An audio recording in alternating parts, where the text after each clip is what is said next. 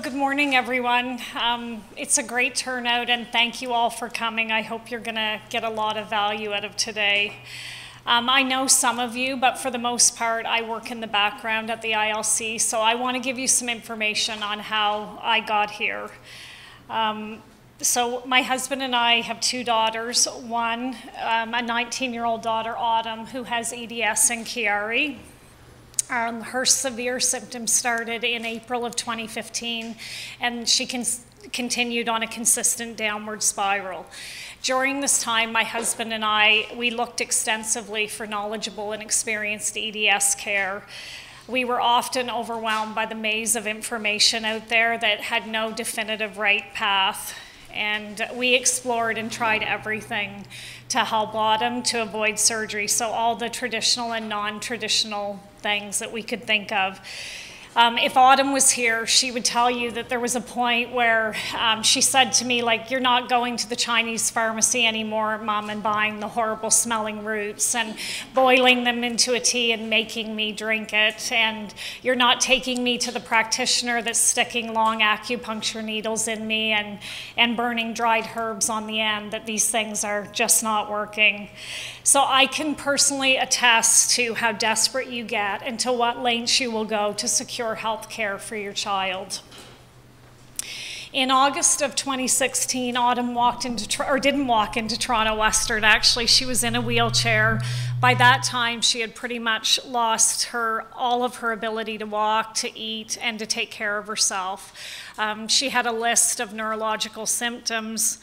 2 weeks later, post-Chiari decompression, she walked out of Toronto Western. She went on to graduate with her high school class, and she's currently studying science at Dalhousie University.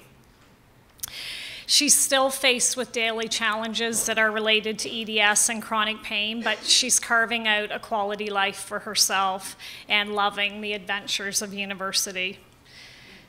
It was a real challenge to secure health care in Ontario, and we were really fortunate to have an Ontario neurosurgeon that ultimately signed an out-of-country form for us that led us to Dr. Henderson.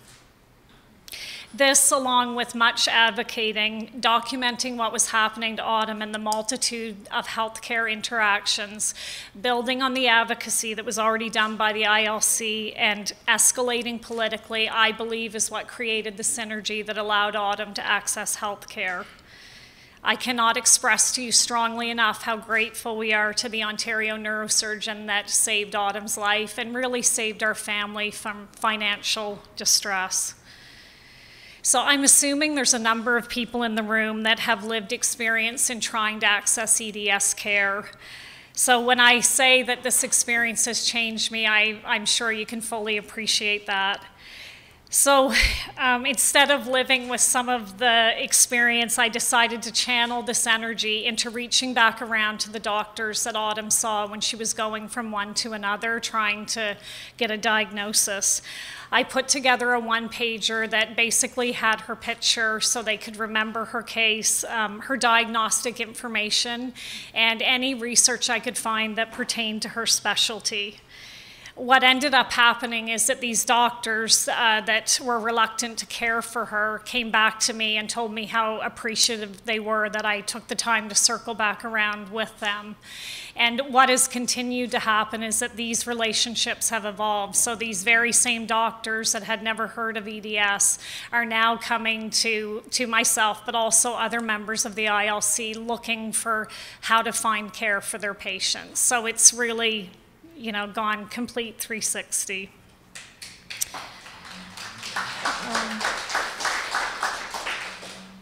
So in combination of being supported by the ILC and also being exposed to a great number of patients and their suffering, as well as my very clear understanding that EDS is a degenerative condition, and I live with the same fear as all of you, is if my daughter needs care again, am I going to have to do what I did previously?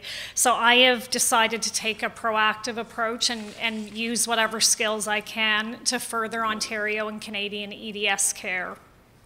So today I'm basically just going to share with you some of the projects that we're working on and that I'm working on behalf of the ILC. So I just want to mention, and I don't think Dr. Rutka is here, but at the core of most of the projects that I work on is the relationship that the ILC has nurtured with Dr. Jim Rutka. He's the chief of surgery at Sick Kids. He's the editor-in-chief of the Journal of Neurosurgery and also chairman of the board of neurosurgery at U of T. So bi-monthly, I meet with him, and it's an ongoing agenda that's basically focused on all kinds of different components of EDS care, not just neurosurgery. He is a neurosurgeon. Early on, a neurosurgeon, not Dr. Rutka, told me that the Journal of Neurosurgery is the Bible for neurosurgeons, and that if we really wanted to change the course of EDS patient care, we needed to get something published in there. So since then, I regularly look in this publication for any new research as it pertains to EDS and any of the comorbidities. This led me to find a recent article on Chiari by an Australian neurosurgeon, Dr. Marcus Studley. I sent him an email to ask him if any of these patients had EDS, and shockingly he responded and said that no, they didn't have EDS, but due to the overlap between Chiari and EDS, that he was definitely interested in this patient population.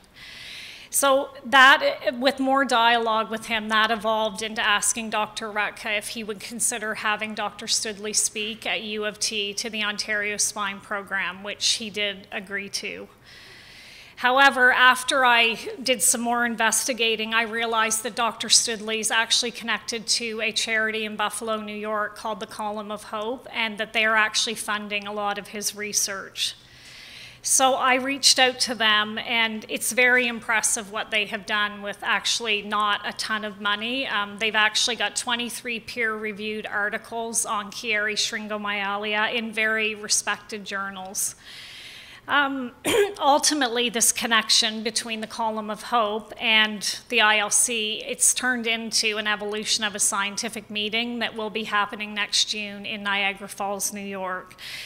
In addition to the Column of Hope, we're collaborating with two other US Chiari charities, Conquer Chiari and ASAP.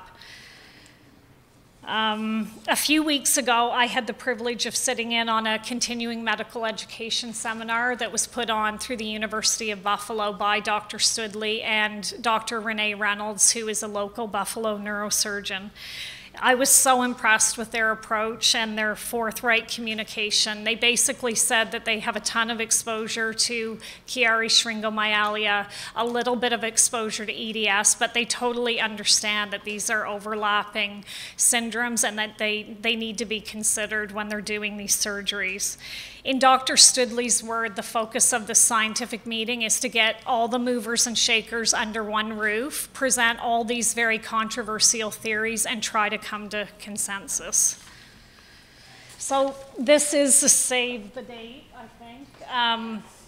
So you can see that already, like, we have about 90% of the agenda locked down, but like the caliber of speakers that are coming, these really are the movers and shakers. So people like Dr. Henderson, John Oro, Dr. Bolognese, and I'm happy to actually say that we're going to have an Ontario neurosurgeon also as part of the EDS panel that will be speaking along with Dr. Henderson. So it's going to be Dr. Jeff Wilson, who is a neurosurgeon at St. Mike's Hospital downtown, and like, this is huge that he's coming, and we're also promoting this conference through the Ontario Spine Program and the Canadian Spine Program, hoping that other Canadian neurosurgeons are going to attend.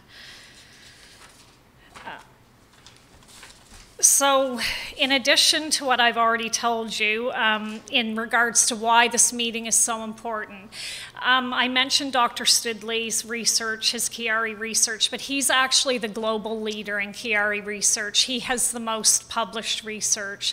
So the idea that he is interested in EDS is huge. It lends huge credibility and validation to the patients and ultimately to improving patient care. The other reason that the ILC is focused on collaborating with other organizations on shared goals is that we need a larger voice. If we're really going to be heard by government and healthcare, we need to align on shared goals. And I mean, we've been in some discussions with Chiari Canada, other Canadian organizations as well. Also, people like Dr. Henderson are telling us that patient organizations are popping up all over the world, and he's approached dozens of times a year to speak at these conferences to educate other doctors, and that ultimately this is not sustainable, that we have to bring the doctors together, because he's also one of the primary doctors that's doing these surgeries. We're also suggesting he publishes some research, and so this is also part of the reason that we're aligning with the other charities. The way this scientific meeting is structured, we've basically got 6 overarching questions that we're trying to have answered. So the 2 that pertain to EDS, I just want to share with you. So the first one is Chiari malformation different in an EDS patient versus someone that doesn't have EDS? And also the other controversy is whether or not to fuse EDS patients. So what are the indicators to have a craniocervical fusion? And again, ultimately the goal is to put everything out there and to try and agree upon some consensus.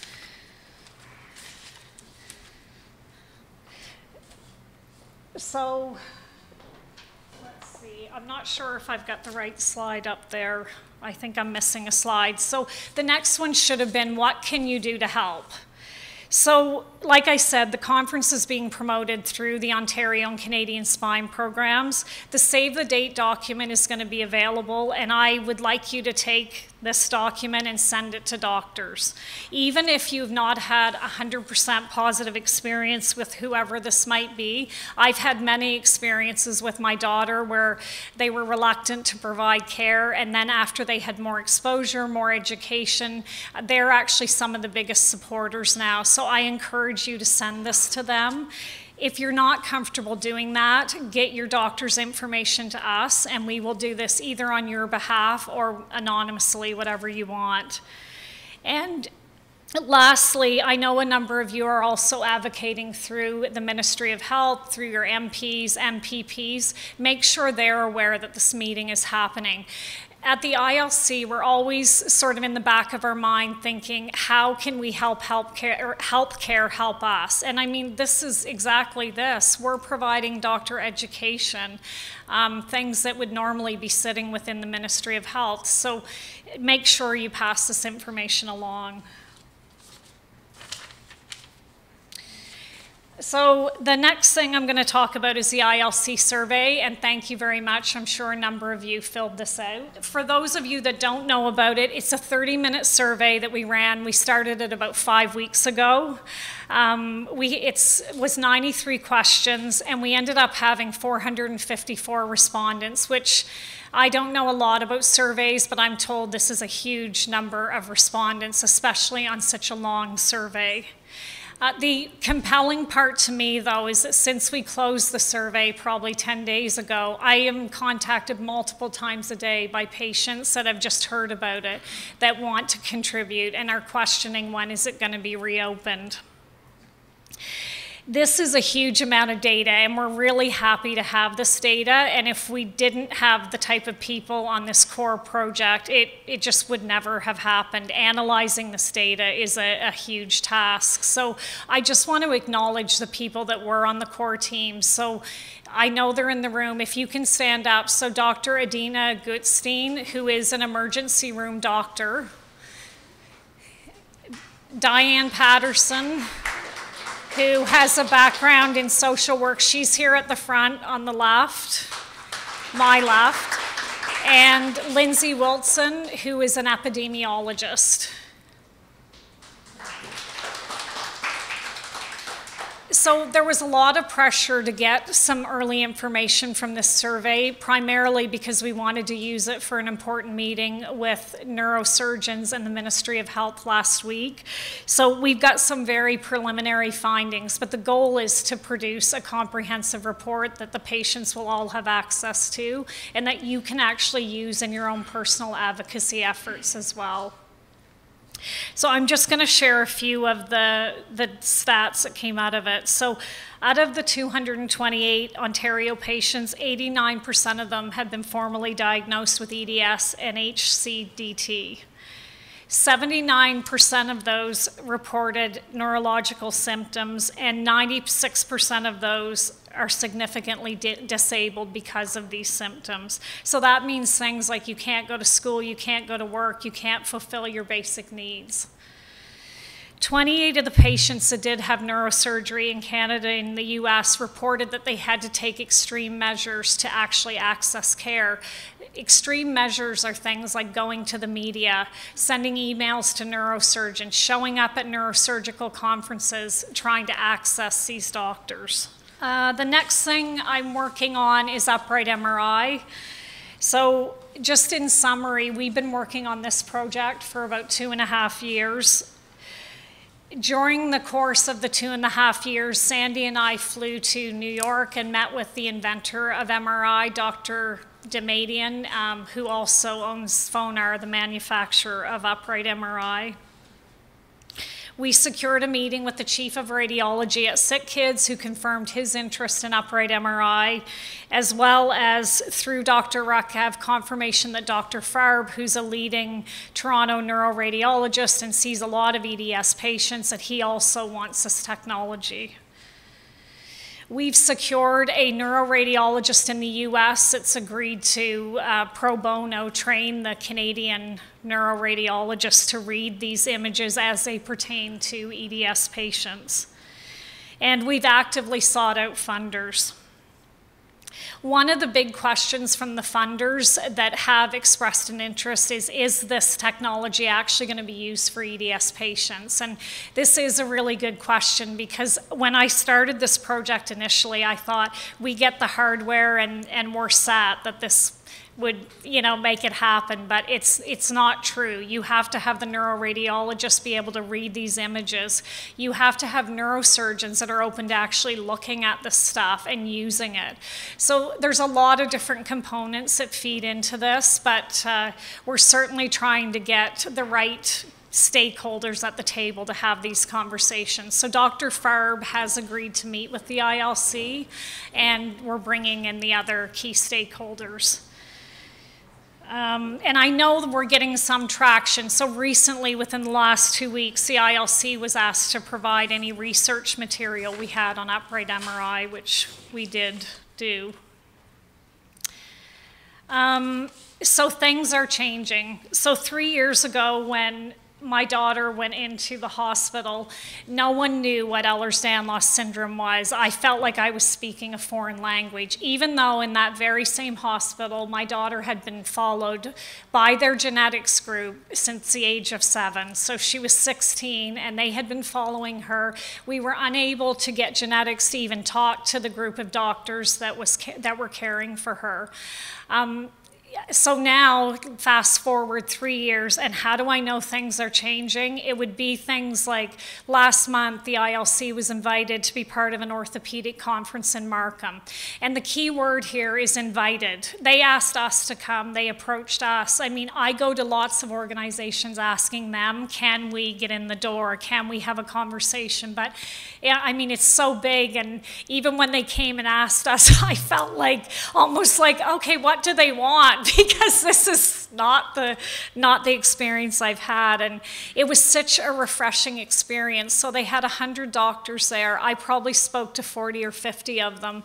The keynote speaker, who was from Sunnybrook Hospital, he included the diagnostic criteria in his presentation.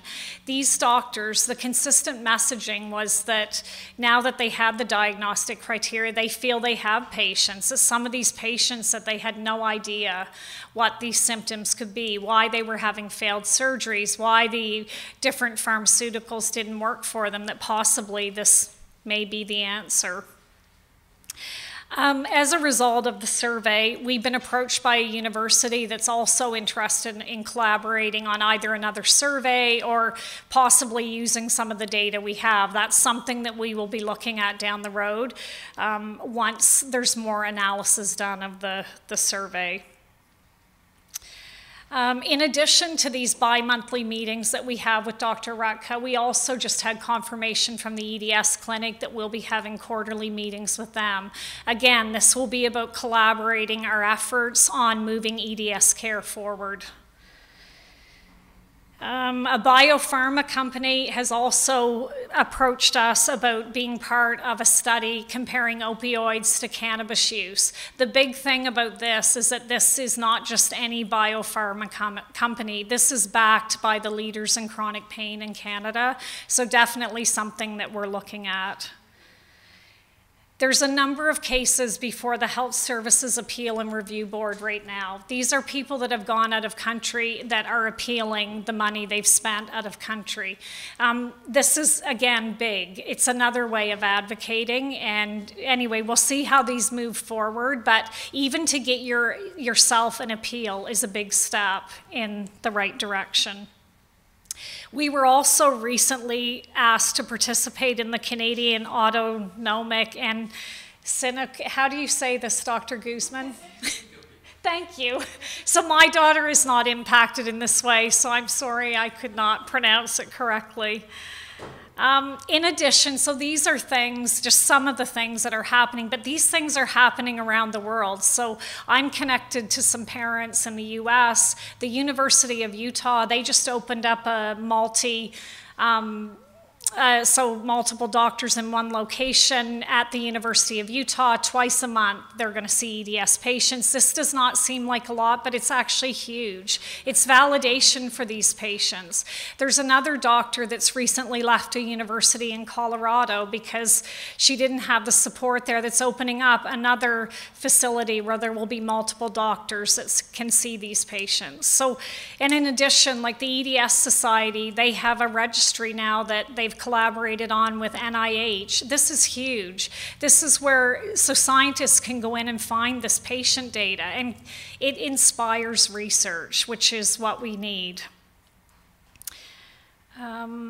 Lastly, so I'm a huge reader, and one of my favorite books is The Tipping Point. And this is really how I view everything I do for the ILC and everything that everyone is doing. So the premise of this book is that all these small things can happen. Everyone thinks they're doing them in isolation, but the truth is they add up and they create the tipping point. And this is how I see people that are going to the media, people that are going to the ombudsman, educating doctors.